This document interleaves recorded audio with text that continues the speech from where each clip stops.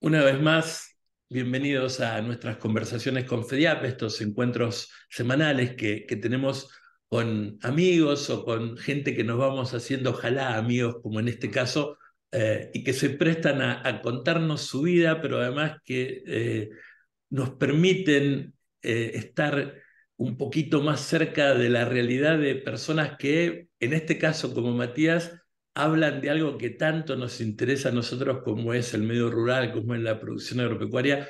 Hoy nuestro invitado es Matías Longoni, un periodista especializado en temas agropecuarios. Te queremos dar las gracias por este tiempo. Sabemos que estás ahí medio engripado, así que prometemos no robarte tiempo. Tenemos el temporizador, como siempre le mostramos a nuestros invitados para que sepan de que no le vamos a robar más que esos 35 o 40 minutos. Así que No hay Matías, ningún problema. No, es un placer para mí estar aquí. Es el mejor tránsito de la salida de la gripe. buenísimo, buenísimo. Como siempre, y ya te lo comentaba, nuestra primer pregunta es que queremos saber, así te lo decía medio en broma, como esas tías tapialeras, ¿quién es Matías Longoni? ¿De dónde viene? ¿Cuál es su historia de vida, no? Bueno, yo estoy cumpliendo 30 años como periodista agropecuario. Justo en mayo de 1993 empezaba a hacer esto que me ha hecho, digamos, recorrer la mayor parte de mi vida, porque tengo 54, o sea que estoy en esto mucho más tiempo del que parece, desde muy chico, y casi de casualidad. La verdad que no provengo, ni mi familia, ni yo, de medios rurales, ni de medios agropecuarios, no tenemos campo. Me confieso un ignorante de la cuestión productiva, pero, pero aquí me quedé, no sé, no tiene una explicación clara. De golpe y porrazo empecé a hacer, siendo periodismo, y se jubilaba un viejo periodista en la Agencia Nacional Telam que hacía agro, e incluso estaba acreditado todavía, algo que ya quedó en desuso en el ministerio, ante el Ministerio de Agricultura de la Nación, que era muy simbólico. Tenía una sala de prensa el ministerio antes, era otra la relación entre el ministerio y la prensa. Entonces, y recuerdo que yo venía, empezaba recién, era mi primer trabajo en la sección de economía, y me dijeron, hacete cargo de esto. Y yo me hice cargo de esto, que para el idioma de los periodistas en general es algo, el che pibe, que hagan lo que nos aburre a todos, que es hacer agro. Y yo me quedé, y me fui perfeccionando y llegué a los topes que puede aspirar un periodista agropecuario, a escribir en las tapas de Clarín varias veces, durante mucho tiempo, a tener mi propio medio, que me lean, que me conozcan. Básicamente porque le metí pata, o sea, porque decidí aquí me quedo, aquí me planto, y fui aprendiendo a la par de que iba escribiendo, me fui formando. Y fue un proceso muy interesante, porque la verdad que si hoy tuviera que mirar a la distancia todo lo que he aprendido y todo lo que he recorrido y todo lo que he vivido y todo lo que he conocido y lo que he, digamos, transpirado, buscando historias productivas en la Argentina, que es una cantera inagotable, por otro lado, de historias productivas y humanas muy interesantes. La verdad que ha sido mi principal inyección vital en estos últimos 30 años. Eh, Pura casualidad, eh, yo ni siquiera estudié periodismo, empecé a trabajar de periodista por insolente, soy uno de los últimos periodistas de oficio. Tampoco estudié agronomía, pero aquí estoy 30 años después y soy respetado, con lo cual yo creo que tiene que ver con básicamente con la cabeza dura de trabajar y de formarte y de estudiar y de aprender, esto de ser una especie de esponja que va absorbiendo todo. Y la verdad que en estos últimos 30 años pasó de todo, desde la transgénesis qué sé yo, a los biocombustibles, a nuevos modos de producir, al reinado de la soja, su decadencia, digamos, las nuevas modos ganaderos. O sea que es como que la agenda agropecuaria te obligó inevitablemente a ayornarte y a ser una esponja permanentemente. Y este es el talento de un buen periodista. No me parece que yo sea ni más ni menos que eso, que un periodista dedicado, diría yo, ¿no? Un periodista, yo defino mucho el periodismo, con una frase que me inventé yo, pero que seguramente se aplica a todos los oficios. En realidad a mí me importa, yo digo que uno es buen periodista cuando le interesa de lo que está escribiendo, de lo que está contando, cuando se interesa. Hay muchos periodistas que uno los ve, ponen el micrófono y no les interesa lo que les están diciendo. Bueno, creo que a mí me hace buen periodista que a mí me interesa el tema, me interesa discutirlo, me involucro.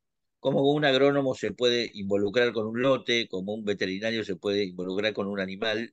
Yo con mi objeto de trabajo, que es la noticia, también me involucro, me interesa. Yo creo que eso es un signo distintivo en vos. Te lo decíamos antes de empezar la grabación. Yo te vengo leyendo desde hace mucho tiempo y te vengo viendo en los programas. Ahora dentro de un ratito hablaremos un poquito de lo que es Bicho de Campo. Y me parece que eso esa pasión transborda todo, ¿no? Lo que uno lee y lo que uno te escucha o te ve ve esa pasión, esa dedicación, ese interés. Una pregunta en esto es muy interesante. Me decías, no era periodista, no venía del palo de la agricultura. ¿Cuál era tu mirada, si te acordás, 30 años atrás respecto al campo? Es bastante es bastante simplista porque en realidad, y creo que después del 2008 se partió mucho más, no hay un campo en la Argentina, creo que coincidirás eso, Ajá, es así, absolutamente. ¿no? Pero ¿cuál era tu mirada 31 años atrás sobre lo que era o lo que representaba el campo para la Argentina? Me imagino que era la mirada parecida a la de la mayoría de los argentinos, la de la inmensa mayoría que como no conocemos el campo, o yo en ese momento no conocía el campo. ¿Por qué? Porque básicamente por dos motivos. Primero, porque era hijo de profesionales citadinos, un arquitecto, una zoóloga, universitarios, había crecido en una ciudad. Mi familia no tenía vínculos con el sector agropecuario, o sea que ni siquiera era ir a veranear al campo. Para mí el campo era, digamos, el transitar por la ruta y ver las vacas en aquel momento, y no mucho más que eso. Y entonces, por eso digo, creo que a la mayoría de argentinos le pasa lo mismo. Ante el desconocimiento o ante una imagen repetitiva y casi de abundancia, uno tiende a ser prejuicioso y a pensar que el campo es ese lugar rico al que nunca vas a pertenecer. Y la verdad que con el correr de los años eso se ha ido desmistificando rápidamente. En mi caso era más grave porque yo pasé la infancia en el exilio. Mis padres eran exiliados políticos. Y entonces entre los 7 y los 15 16 años yo no estuve en el país. Y entonces cuando llegué al país me empecé a aferrar a un montón de cosas y a tratar de entender lo que era la Argentina. Yo creo que ahí está una de las claves de por qué yo decido ser periodista agropecuario. Yo quiero conocer cuál es mi territorio, cuál es mi país y apropiarme del campo ya no desde lo material, desde lo productivo, sino desde conocerlo de punta a punta. Y me parece que esa es una de las claves de por qué yo permanezco a lo largo de tantos años haciendo periodismo agropecuario. Yo tuve oportunidades muchas de pasarme de sección, que es lo que desearía cualquier periodista, cambiarse de sección, pasar a política, a economía, sectores con mucha más lucidez, mucho más lucimiento. Y la verdad que siempre las desestimé, básicamente porque me parece que todavía me queda mucho por recorrer, aún a pesar de los años y de los kilómetros, me parece que queda mucho por recorrer. Pero mi visión del campo era esa, yo tuve que ir desmantelando prejuicios. A medida que iba aprendiendo, por fortuna, el campo me respondió positivamente, porque si el campo se muestra o se deja ver, uno lo que va haciendo es reconfigurar su visión original del campo, que es ese sector ajeno y largo que casi definía Atahualpa Yupanqui. Las penas son de nosotros, las vaquitas son ajenas, y ir incluso desmantelando las dosis de resentimiento urbano frente a lo agropecuario que muchas veces se acumulan por desconocimiento. El resentimiento es muy humano, pero a la vez no es un estado definitivo. Uno puede ir desmontando ese resentimiento a partir de que va desmontando también su ignorancia respecto a las cosas. Y en este proceso yo creo que yo todavía estoy transitando. Muy cierto.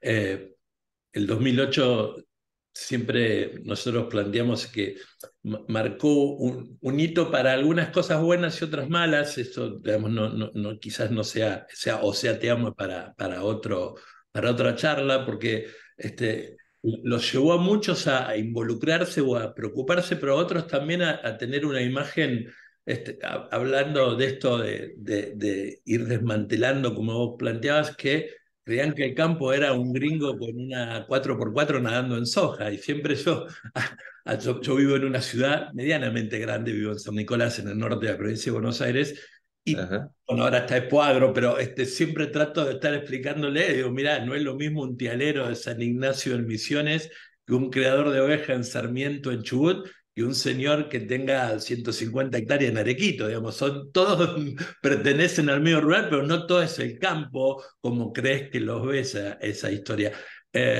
Y creo que en eso quiero llevarte a algo que decías hace 5 minutos. Eh, Hay una pregunta que siempre cuando hablamos con comunicadores digamos, agropecuarios o que se preocupan por el tema de la cuestión del medio rural, preguntamos quizás desde nuestra ignorancia de educadores, pero se van generando frases. La Argentina está llena de frases, ¿no? Además de mí. Ajá. Y una de esas frases es, el campo comunica mal, ¿no? Frente a diferentes conflictos, a veces aparece esto de que el campo comunica mal. Y yo a veces me peleo con esa frase porque digo, quizás una parte del campo comunique mal, porque sectores de la tecnología, de la biotecnología, lo nuevo que es lo que fue la explosión de la tech en los últimos 4 o 5 años, comunicaron muy bien sus avances porque hoy son referentes incluso a algunos hasta mundiales. Entonces, no sé si genéricamente el campo comunica mal. ¿Cómo ves desde tu rol de periodista esta cuestión de si el campo comunica bien o mal su postura, su visión, sus definiciones sobre algunas cuestiones? A ver, es un tema amplísimo. Yo soy de los que creen que el campo invierte poco en comunicar, invierte tiempo, trabajo, esfuerzo, disciplina en comunicar. Creo que comunica mal algunas cosas, eh, y creo que es una pena porque tiene mucho para comunicar. Creo que la comunicación además con el resto de la ciudadanía es necesaria. O sea, me parece, cuando yo me planto frente a la discusión, veo lo que piensan mis amigos en la ciudad o cómo ellos no han podido desarmar ciertos prejuicios o cómo el conflicto de 2008 ayudó a consolidar o a petrificar ciertas, digamos, desencuentros históricos que me parecen muy tristes y banales a esta altura de la historia, pero que están ahí, digamos, los tenemos marcados a fuego. Entonces, yo percibo que es necesario comunicar porque además el menosprecio de la ciudad o la ignorancia de la ciudad frente al medio rural puede ser lapidario en términos de que muchas de las políticas públicas o la falta de una política pública que no se considere hacer un camino, que no se considere la educación rural como se debería considerar, pero también digo que no haya, que se cobren retenciones, o muchas de las políticas públicas en realidad se basan en este desconocimiento inicial, y recogen muchas veces hasta el aplauso citadino, teniendo en cuenta que la Argentina es un país agropecuario pero con ínfimas cantidades de poblaciones rurales, que no definen elecciones, que no son determinantes para el político, que no tienen peso político para sancionar a nadie, y esto hay que tenerlo muy claro. Entonces, yo digo, es necesario comunicar mejor desde el punto de vista de un sector que quiere ser considerado de otro modo por una mayoría que es prejuiciosa respecto a ese sector. Es necesario comunicar para desmantelar esos prejuicios e incluso para que haya sanción social y haya solidaridad de la ciudad frente al campo en algunas desgracias. La sequía puede ser una de estas. En la ciudad nadie está siendo solidaria con, digo, qué sé yo, se desbarranca un río, van los noticieros, hubo que desplazar a 20 familias y de golpe estamos juntando alimentos en la cancha de River, pero por los productores afectados por la sequía, nadie se movió un dedo. Bueno, esta es la comprobación de lo que yo estoy diciendo. Y entonces ahí veo que el campo no se decide a comunicar, que no hace un esfuerzo institucional coherente, continuado en el tiempo. Me parece que hay algún intento, pero muy pobre, y en general se queda corto. Alguna buena publicidad, pero que queda una buena publicidad y no hay plata para pasarla. Digo, hay todo un laburo para hacer ahí. Ahora, una vez que los productores o cuando yo, por ejemplo, voy desde la ciudad al campo y pido ver el verdadero rostro, que me comuniquen el rostro de la producción, la verdad que no es un sector que esconda lo que tiene para decir. Expone no solo sus virtudes productivas, que son claramente temas de comunicación muy apasionantes, sino también sus propias vivencias, sus necesidades. Es un sector abierto para comunicar y es un sector que tiene mucho para comunicar. Y entonces yo, el centro de mi trabajo está puesto en tratar de saltar esa brecha. Por supuesto con los recursos que tenemos, que son muy pocos, pero para mí es una obsesión la comunicación. Creo que comunica mal porque comunica lo peor de sí mismo. No, vos me decías, ¿hay casos exitosos que se comunican? Sí, pero en general son casos que responden a lógicas más de empresas de ciudad que a la ruralidad. Una AGTech está muy bien, quizás se sea construida por chicos que salieron de las escuelas agrotécnicas, pero en general siempre va a tener un socio que entiende la lógica citadina y Claro. contrata una empresa de comunicación. Ahora, lo que no termina de... Hay casos exitosos individuales de comunicación en el agro, muchos casos, incluso de productores agropecuarios, qué sé yo. Si uno busca en prensa sobre Las Chilcas, que es una empresa al norte de Córdoba, que hace muchas cosas, y va a encontrar un montón de notas. Y es claramente el caso de un productor exitoso que comunica lo que hace y no le asustan los micrófonos y tiene manejo con eso. Pero siempre son así, esporádicos. Lo que falta es un esfuerzo institucional por saltar esa brecha tan grave entre campo y ciudad, y yo creo que ahí el campo comunica mal porque comunica queja, comunica solamente dispersión, vos buscás una opinión y vienen 20 productores a opinar cosas diferentes, o sea, comunica dispersión, comunica distancia, finalmente comunica lo que es un sector muy fragmentado y con poca conducción política, porque en realidad la comunicación es un reflejo de lo que somos. Los productores los veo muy dispuestos a comunicar, a contar. Lo que no veo todavía es una dirigencia o capas medias más comprometidas capaces de traducir esos discursos en comunicación. Sí veo, como vos decís, que la comunicación es muy buena cuando tiene soporte económico, cuando hay una empresa, un proyecto, una iniciativa. eh, que el campo es muy bueno comunicando tecnológicamente las cosas, las novedades tecnológicas de un día al otro, capaz que te enterás. Ahí sí hay un entramado de comunicadores. Pero me parece que falta eso y que es lo más importante, que es cómo construimos un puente comunicativo con el resto de la ciudadanía, que son el 93% de los argentinos, porque el 93% de los argentinos recibe, por otro lado, mucha comunicación prejuiciosa hacia el sector agropecuario. ¿Cómo neutralizás vos esa comunicación? Bueno, hay que mostrar muchísimo más, lo que hace con la genuidad, de manera genuina lo que son los productores, sus comunidades y todo lo demás. Me parece que esa es la clave. Y humanizar a lo mejor algunas de esas cuestiones. Te escuchaba Ciertamente, yo lo digo siempre, perdón que me equivoqué, no, no podemos hablar más de millones de toneladas. eh, Como si fuera el eje de nuestra obsesión comunicativa, ver quién produce más. Digo, hay que hablar de cómo en todo caso esas producciones se van construyendo y cómo derraman en toda la Argentina.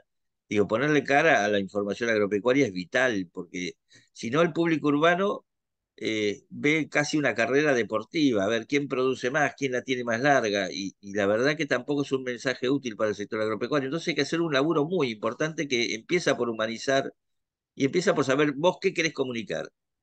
Finalmente, en la Argentina, ese 7% de población rural que queda es un entramado social importante, necesario para el resto, para el 93%, porque la felicidad del 93% en buena medida está interrelacionada en muchos factores económicos, culturales, sociales, con lo que suceda con ese 7%. Entonces, hay que tratar de hacer un trabajo a la europea, casi convertir los productores y las comunidades rurales en parte de nuestro patrimonio nacional.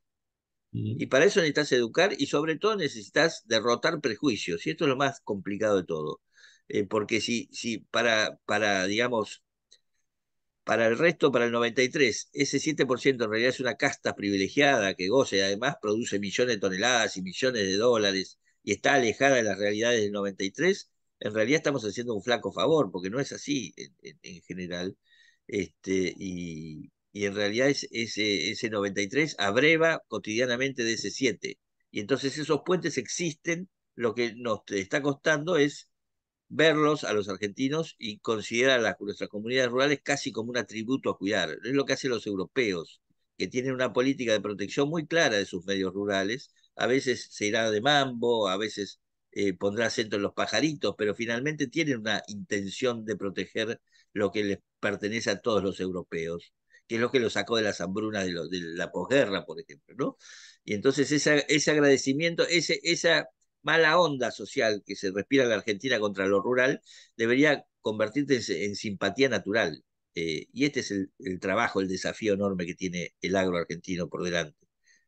Se me venían muchas imágenes en todo lo que decías, dos o tres comentarios así al pasar de esto. Por esto último, en el 87, que fue la primera vez que el trabajo me permitió viajar a Europa, fui a hacer una pasantía a unas escuelas francesas. Yo trabajé mucho tiempo en escuelas de alternancia. Conociste algún Ajá, de Gerardo Bacalini, yo trabajaba en otra entidad. Eh, y fui a vivir a una familia de tamberos en una zona, en la zona de Lausanne en Francia, y me asombraba cómo desde la ruta hacia la casa, hacia el tambo, estaba todo sembrado de flores. Estaba sembrado de flores, no eran flores naturales, vos veías eso. Entonces, al tercer o cuarto día, cuando ya tenía un poco más de confianza y podía un poco chapuzar un poco más en francés, pregunté por qué era esto. Y era que había incentivos fiscales, porque en realidad promovían al turismo y les parecía muy interesante que aquellos que pasen puedan ver que había canteros de flores y que pudieran entrar y conocer que había tambo y esas cosas. A mí me parecía que estaban hablando en, en- en- en esperanto, porque era imposible entender eso. Y también otra imagen que me venía de lo que planteabas recién cuando hablábamos de humanizarlo más el tema, no hace mucho, creo que fue a mitad del año pasado, hiciste una recorrida con el gato Peter por alguna parte del centro de la provincia de Buenos Aires y te encontraste con historias de mucha gente que son parte de ese 7%, pero que son muy necesarios de que estén ahí, porque todo el mundo piensa que, digamos, solo están por una cuestión económica. No, están por una decisión de vida, porque creen que vale la pena, porque les interesa mucho. El gato te llevó a conocer diferentes personajes o diferentes personas que han tenido quizás a lo mejor la opción de irse y han tomado como una decisión de vida quedarse, plantarse y poder hacer arraigo en el medio rural, que no es tan fácil. sí, y bueno, igual que lo que me pasa a mí, que podría incluso ganar más dinero, quizás haciendo periodismo de otro estilo, y decido quedarme acá porque disfruto esto. Pero además hay que plantearlo básicamente desde la idea de la posibilidad. A mí me parece que no hay que plantearlo como la reserva de pasado, simpatizamos por todo lo que expresan y esto es tradición y pasado. La Argentina necesita inexorablemente en algún momento repoblar su interior productivo, que sus pibes tengan opciones, equilibrar las relaciones económicas y políticas entre Buenos Aires y el interior. Hay mucha literatura sobre esto, como clave del desarrollo y de corrección del desquicio en que estamos incurriendo. ¿Cuál es el desquicio histórico de la Argentina? ¿El peronismo, el liberalismo, los radicales, Macri, Cristina? La verdad que no. El desquicio histórico de la Argentina es que alrededor del obelisco, a 300 kilómetros de la redonda, tenés el 50% de la población. Y esto se nota, digamos, con la sobrepoblación aquí y el exceso de problemas urbanos y con la falta de población en el medio rural, donde no se encuentran muchas veces mano de obra para trabajar y hay un montón de posibilidades. Bueno, equilibrar esas dos cosas en algún momento implica también que muchos argentinos revaloricen el interior rural como posibilidad de continuar su estilo de vida, que salgan de la ciudad y se instalen en los pueblos más cercanos y que convivan cotidianamente con el medio rural.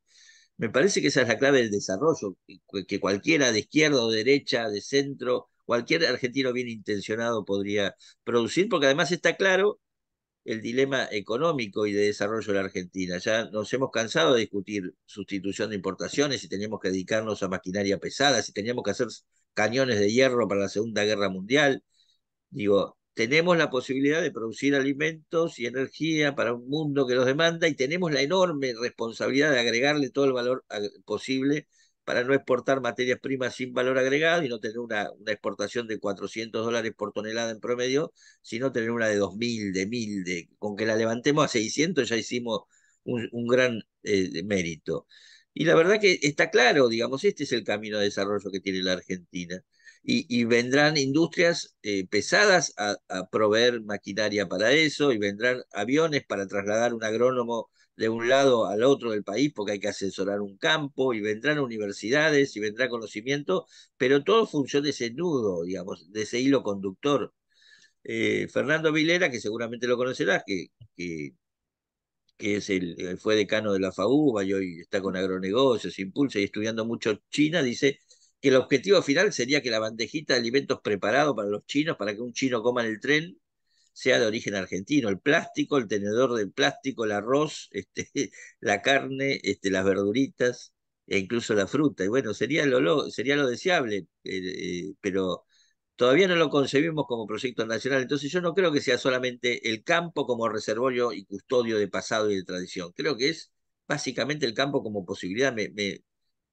Como vos mencionabas lo del gato Peter, la verdad que así cada vez que voy a cualquier lugar de la Argentina hay un montón de historias de gente, pero siempre tienen este tamiz que a mí me molesta, que es de resistencia, cuando no deberían estar resistiendo en el medio rural. No deberían empecinarse, como yo en el periodismo agropecuario, digamos, peleando quizás por un horario en la radio, que no me manden a las 7 de la mañana, que me dejen hablar al mediodía, digamos. Estamos todos en una cierta cuestión de resistencia, cuando en realidad lo que tenemos que hacer es pasar a la ofensiva y contagiar al resto de los argentinos. Yo debería contagiar, qué sé yo, a Longobardi, que tiene un apellido parecido, y que empieza a entender un poco más de campo, porque la verdad que lo que entiende es muy poco. Y mientras se entienda muy poco y crea que la política se resuelve sin incorporar otros niveles de pensamiento que tienen que ver con la ruralidad y con un montón de cosas, la Argentina no tiene futuro. Y lo mismo debería suceder con los alumnos de las escuelas, que se queden y busquen la vuelta en su interior y que contagien a chicos de la ciudad que se vayan a probar suerte y hacer diseño gráfico en medio del campo, que es posible.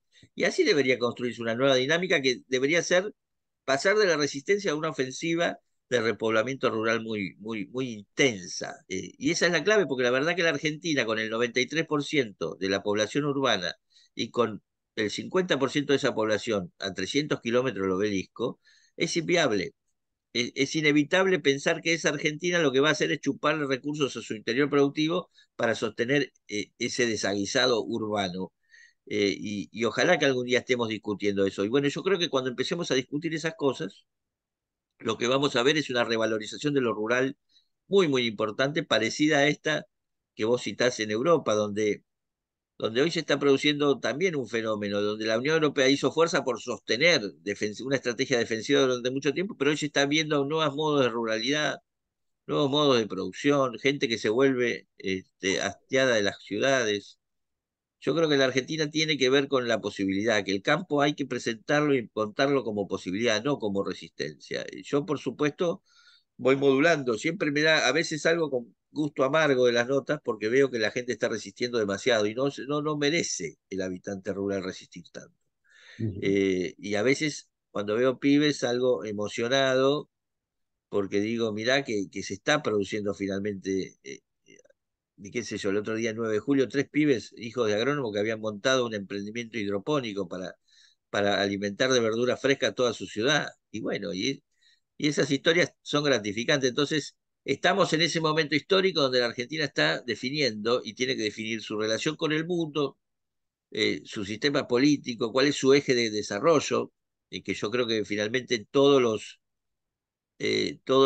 indica que va a ser el que creemos que debe ser, porque la verdad que hemos fracasado tantas veces con otros que no vale la pena seguir probando, y que no tiene que ver solamente con ideologías ni nada por el estilo, tiene que ver con tener otra valorización de lo que somos. Y entonces ahí creo que nosotros, lo que hemos resistido durante tanto tiempo, vamos a ser bastante valorados. Y ojalá suceda así, porque eso va a ser en beneficio de todos los argentinos. Finalmente lo que a mí me hace hacer escribir, a veces me canso de escribir tanto, de contar tanto, pero lo que me hace resurgir las ganas es esto. Yo estoy discutiendo el modelo de país que quiero. Y me parece que ustedes cuando dan clase en sus escuelas deben estar pensando lo mismo. Y los chicos que a veces dicen, pero ¿por qué no me rajo de acá? También se quedan con sus familias porque deben estar pensando lo mismo. Y hay un montón de gente pensando lo mismo y que está esperando este cambio de chip que yo creo que no debe estar tan lejos. Me ilusiono con que no esté tan lejos. Ojalá que no. Te leía hace poquitos días nomás que habías estado o había salido desilusionado de un encuentro donde había habido seis precandidatos presidenciales, porque solamente hablaban de la brecha cambiaria, del tema de las retenciones, pero no hablaban de la cuestión climática o del tema de lo que es el repoblamiento del medio rural. Es muy difícil cambiarle el chip, quizás vos porque los tengas más cerca, a los políticos referidos a estas cuestiones o ellos la tienen, no digo clara, pero que la tienen presente, pero saben que en realidad le va a dar más un título a hablar de esas cuestiones por las cuales saliste desilusionado de esa reunión. Yo te cuento cómo fue la Sociedad Rural Argentina, llenó un salón enorme y invitó con su poder de convocatoria a 6 precandidatos, básicamente de la oposición, pero que hoy son los que tienen más chance. Estuvo Larreta, estuvo Burrich, estuvo Milei, 3 de los que aparecen anotados ahí como posibles. Y lo que me desilusionó a mí es que hablaran que circunscribieran la cuestión agropecuaria, tenía 20 minutos cada uno. Y la verdad que circunscribieron, ninguno habló, por ejemplo, en una entidad ganadera, ninguno habló de la política ganadera. Me sorprendió, hablaron de retenciones y de brecha cambiaria como único problema, que son problemas serios de la política agropecuaria, sin lugar a dudas, pero que es esto de que la gente cree en el prejuicio, o sea, porque hemos pasado de construir un prejuicio basado en el viejo estanciero, que era el prejuicio que yo tenía cuando era chico. Mirá los estancieros que se van a París y llevan sus toros a la rural y toman whisky. Hemos pasado de ese prejuicio a construir otro prejuicio más modernizado de que todos los productores ganan muchísimo dinero con la soja y está bien las retenciones. Ahora, hay 40.000 productores que hacen soja, entre productores y empresas grandes. Y la Argentina tiene 250.000 productores. O sea que la mayor parte de los productores no hacen soja. Entonces, que la única agenda agropecuaria deje las mayorías afuera, a mí ya me parece una cosa grave. Y que toda la discusión de política agropecuaria tenga que ver con la rentabilidad de los ojeros, a mí me indigna. Y me habla de la holgazanería brutal de los políticos. Entonces, ¿cómo me planto yo frente a esto? Primero expreso mi decepción. Y segundo, corrijo y aporto los datos que puedo a los que me quieran escuchar. A Milei le digo que es falso lo que dice él, gritando que le sacan 35% a los productores. Primero, porque la retención a la soja es del 33, no es del 35. Y segundo, porque los granos pagan 10 o 12, porque la carne paga 9. Y porque quizás es mucho más grave el impacto que hagan 5 puntos de retenciones sobre una economía regional que las 30 o 33% que le descontás a la soja. En la pera o en la manzana, la retención del 5% es demoledora, te deja fuera del negocio. ¿Por qué? Porque te cobran ese 5% sobre el producto terminado, empacado, listo para exportar, y vos en realidad cobras por la fruta fresca que acabas de sacar de tu quinta. Entonces, te demuelen, o sea, te descuentan retenciones sobre un producto que vale 100 por un producto que vos vendiste a 10, para poner un ejemplo. Y esta holgazanería de los políticos a mí me irrita mucho. Entonces, a mí me parece que no hay que ser complaciente con los políticos, por más que simulen ponerse de nuestro lado discutiendo retenciones y brecha cambiaria. A mí me parece que hay que exigirles mucho más, muchísimo más. Y hay que exigirle desde la autoridad de quien conoce el sector agropecuario y no tener miedo. Yo entiendo que está bien que si te viene a visitar el político vos sos cortés y no decís ciertas cosas, pero hay mucho más que discutir. Repoblamiento rural, medio la cuestión ambiental es el talón de Aquiles, no del agro argentino, del agro a nivel global. Y si no ponemos a discutir seriamente esto, a muchos productores no se lo van a llevar puesto las retenciones, sino los ambientalistas. ¿Y cómo se discute el ambientalismo? Siendo más ambientalista que los ambientalistas, tomando la discusión, asumiéndola, no rechazando la discusión. hay que ser ambientalistas y muchos productores son ambientalistas, pero también el agro se manda muchas cagadas y muchas macanas. Entonces hay que admitir macanas, hay que corregirlas, hay que ser proactivo, hay que definir un perfil de país. ¿Cómo queremos ser en la Argentina? Imaginemos que sea cierto que los chinos nos van a comprar todo y que vamos a ser felices y que va a haber un montón de dinero. ¿Qué va a ser la Argentina? ¿Va a ser una usina, una factoría para producir de modo intensivo alimentos para los chinos o queremos conservar cierta naturaleza y nuestros recursos más o menos adecuados para que cuando los chinos no se vayan nos quede algo? Digo, hay un montón de dilemas que deberían ser respondidos del agro. Eh, un montón de discusiones muy interesantes. ¿Qué masa boscosa vamos a conservar? ¿Vamos a forestar mucho más? ¿Vamos a sembrar flores, como decías vos, en la entrada de los campos? ¿Puede ser eso una política posible? Yo creo que sería una política ideal, eh, pero, pero porque lo he visto, porque he visto, he llegado a tambos que siempre parecen tener un aspecto sucio, pero te esperaban con un recorrido caminito de flores y te cambia la visión al que llega de afuera sobre ese tambo y sobre ese sistema productivo. Entonces, todas esas cosas a mí me parece que deben discutirlas los políticos, no es solamente tributar y es una gran derrota limitar la discusión agropecuaria a las retenciones. Es una gran derrota cultural, porque hay mucho más para discutir y las retenciones deberían ir atadas incluso a esa otra discusión, pero bueno, estos ya son dilemas que exceden el tiempo que tenemos. Sí, y además, por otro lado, yo creo que también, por lo que decías en esta cuestión de tu institución respecto, por ejemplo, al tema ambiental o al tema de cómo es el repoblamiento, cómo debería ser el repoblamiento en el medio rural, también van atadas las cuestiones de la gente, de la escuela, de la salud, de los caminos. Es decir, yo hago una cosa casi maquiavélica, te contaba lo de la universidad, por ejemplo, a los alumnos los mandamos como primer práctico a revisar los diarios donde el tema educativo se atapa, pero no vale ni paro ni cuando Ajá. no entra nadie en el examen de medicina de la Universidad de La Plata. Eso no vale cuando el tema educativo es tapa de diario y cuando el tema educativo rural o cuando la educación en el medio rural no parece nunca. Es decir, parece que en Nunca. realidad a veces hay algunas cuestiones que la política solamente, pero quizás la veamos nosotros corporativamente, no estoy queriendo hacer una cosa dogmática ni decir que sea la verdad absoluta, pero hay veces que nosotros vemos que parece que solo lo ven como un número, lo que vos hablaba de los millones de toneladas, es decir, bueno, si la gente no importa, y en realidad en las escuelas nosotros hacemos unos esfuerzos inmensos, odio ser corporativo en esto, para hacerle ver a los chicos que vale la pena, pero no solo para quedarse en el campo para ser productor, porque vos podés quedarte en el campo y ser un buen abogado, ser poeta, no sé, lo que quieras, y esta historia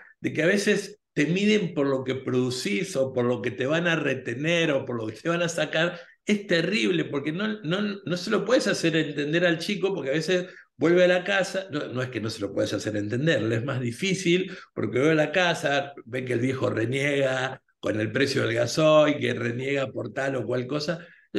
Esta cuestión de la humanización del medio rural a mí me parece que es muy necesaria y me encantó esta idea tuya de esto, o esta propuesta tuya de ser proactivo, de no quedarse solamente en la queja y en la resistencia. Pero también creo yo que a veces esas decisiones políticas o esos, a veces esos discursos de los políticos, en el campo se le olvida a la gente y es un problema eso. A todos se nos olvida. Tenemos muy frágil memoria, estamos muy ocupados en lo que hacemos, pero la verdad que hay que incorporar otros planos de discusión. La gente es central. El plano de la gente es central. El plano de la naturaleza es central. ¿En qué entorno vive esa gente?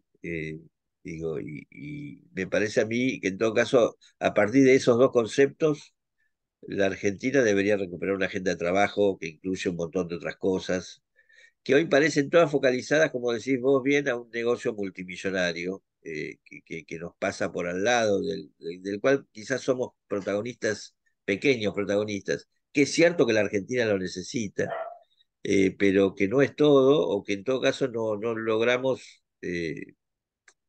percibirlo como final digo, ¿para qué? Yo siempre hago la misma pregunta. A los productores les digo, ¿cuándo eras más feliz vos como productor? Cuando producías 15 quintales de trigo o ahora que vas por 40. Digo, ¿por qué? ¿Cuándo eras más feliz?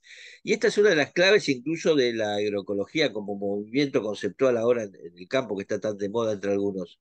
Digo, ¿por qué hay que producir tanto? ¿Para qué? ¿Para qué? Digo, para llenarse de deudas, digo, ¿cuál es el sentido? Bueno, el sentido es que cada vez nos exige más el mundo producir más y mejor, pero la verdad que la Argentina en algún momento tiene que parar la pelota esta de la altísima productividad, la competencia por rendimiento, para hacer equilibrios, porque a mí me parece sin ser ni filósofo, ni docente, ni nada, que la felicidad está en el equilibrio, que no hay un punto donde eh, que haya que alcanzar para ser feliz, sino que en realidad hay un punto donde hay que detenerse para descubrir que la felicidad está ahí. Entonces, en el equilibrio entre las distintas cosas que componen la cuestión, definida que la cuestión agropecuaria no es solo los porotos de soja, definido que no solo es volumen de producción, definido que no solamente es millones de dólares, que hay gente, que hay entornos, que hay sueños y que todo debe ser metido en la balanza, en realidad también esta exacerbación productiva que nos simula ser felices cada vez que logramos un maíz de 150 quintales, la verdad que habría que ponerle freno para pensar si es eso lo que nos hace felices. Si la Argentina recontra intensificada es la que nos hace felices, o es una Argentina que sea intensificada, pero a la vez cuide sus recursos naturales. Y entonces se ponga límites. Y se ponga límites consensuados por todos. ¿Por qué? Porque ahí hay habitantes, hay gente, porque la gente de la ciudad también va a aprovechar de un montón de cuestiones de una agricultura bien hecha, de una ganadería bien hecha. Ahora está toda la discusión de los bonos de carbono y podemos estar horas y horas y horas. Pero en todo caso, a mí me parece que el plano ambiental y el plano de población son dos ejes centrales y desde donde debe discutirse la ruralidad de la Argentina y que los políticos en general me decepcionan porque están queriendo caer bien con el agronegocio. Yo no sé si porque buscan que los financien para las campañas, para qué, pero en todo caso, mientras yo pueda y mientras alguien me escuche, yo voy a decir que me parecen unos políticos muy berretas. Uso una palabra en general más agresiva que es pedorros, pero la verdad que me parece y me parece que los dirigentes agropecuarios también son bastante berretas.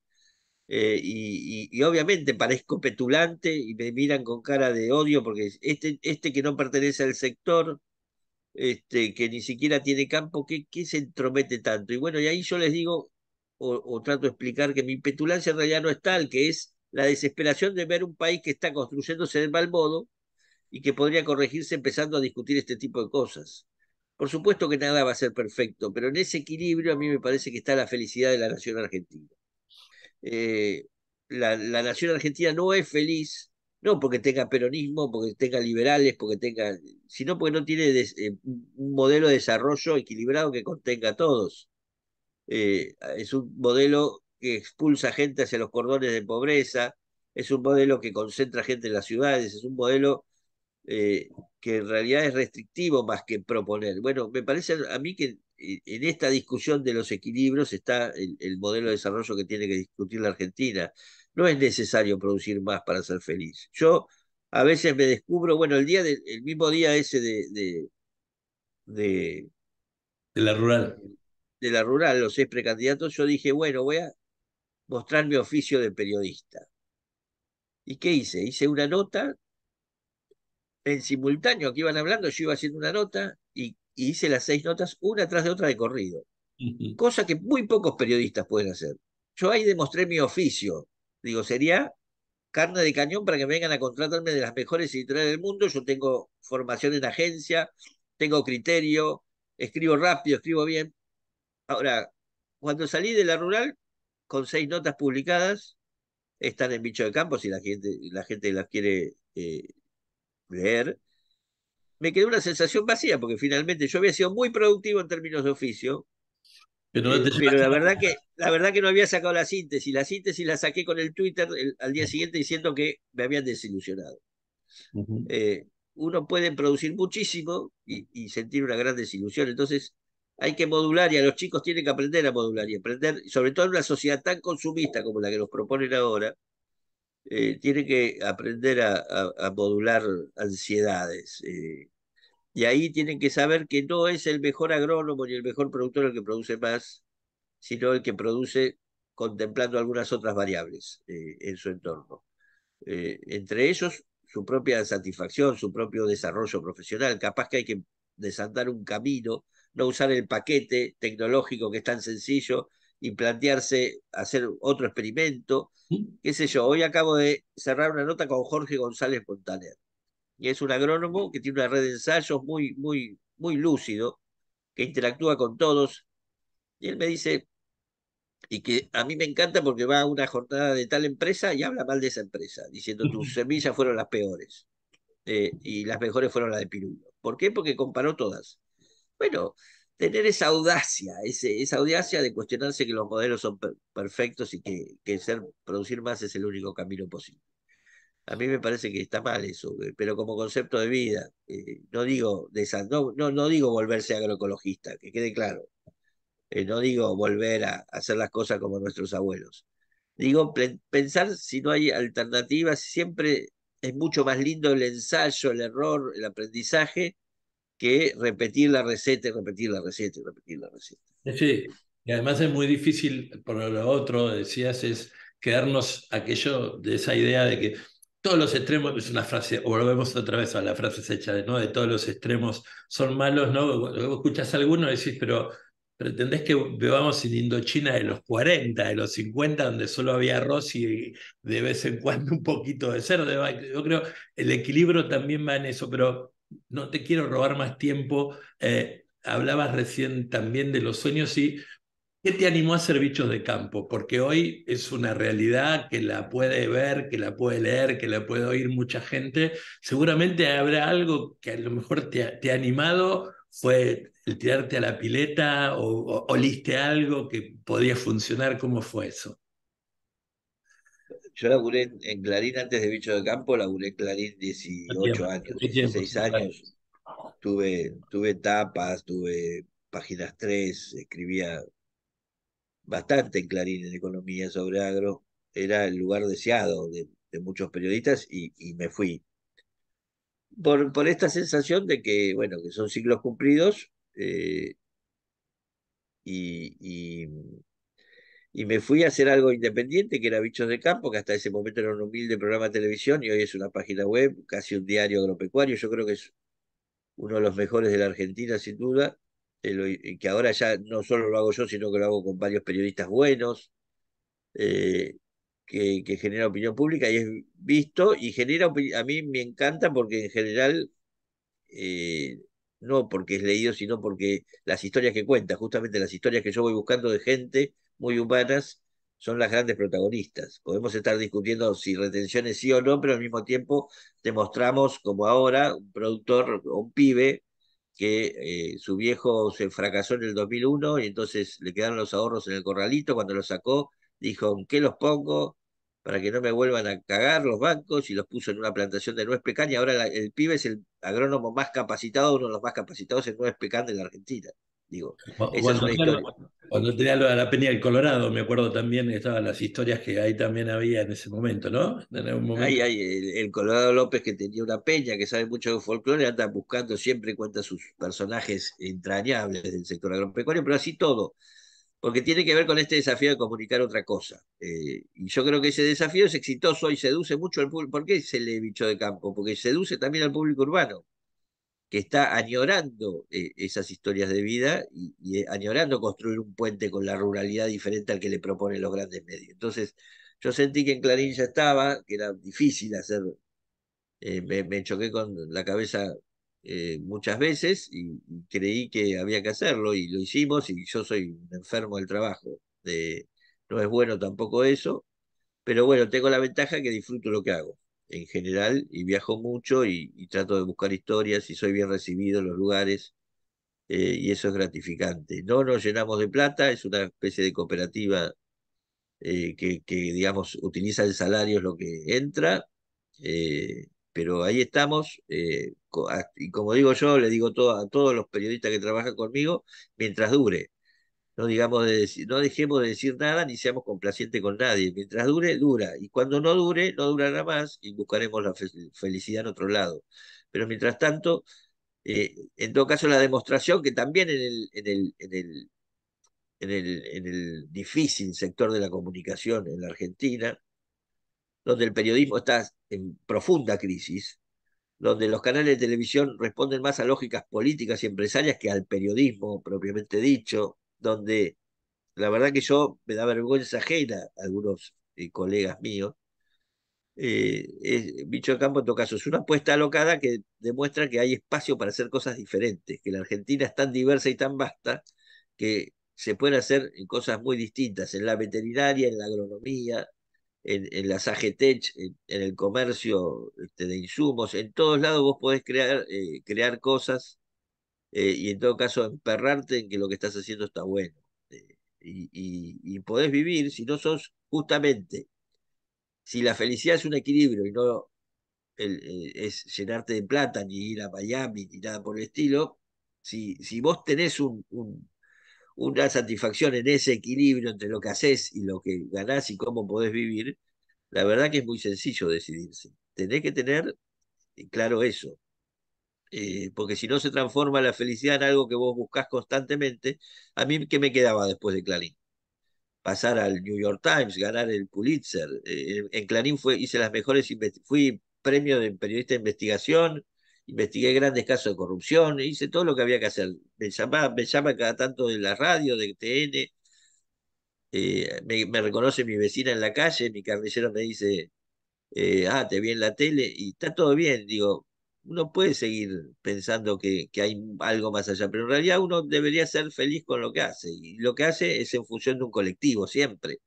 Uno puede destacar individualmente, perdón que me ponga maestro ciruela, pero yo pensando que esto lo escuchan algunos alumnos, uno puede decir, bueno, voy por más, voy por más, voy por más, voy por más. Es inacabable, uno siempre puede inventar nuevos desafíos. Pero en realidad el gran desafío es encontrar un equilibrio que te haga medianamente feliz.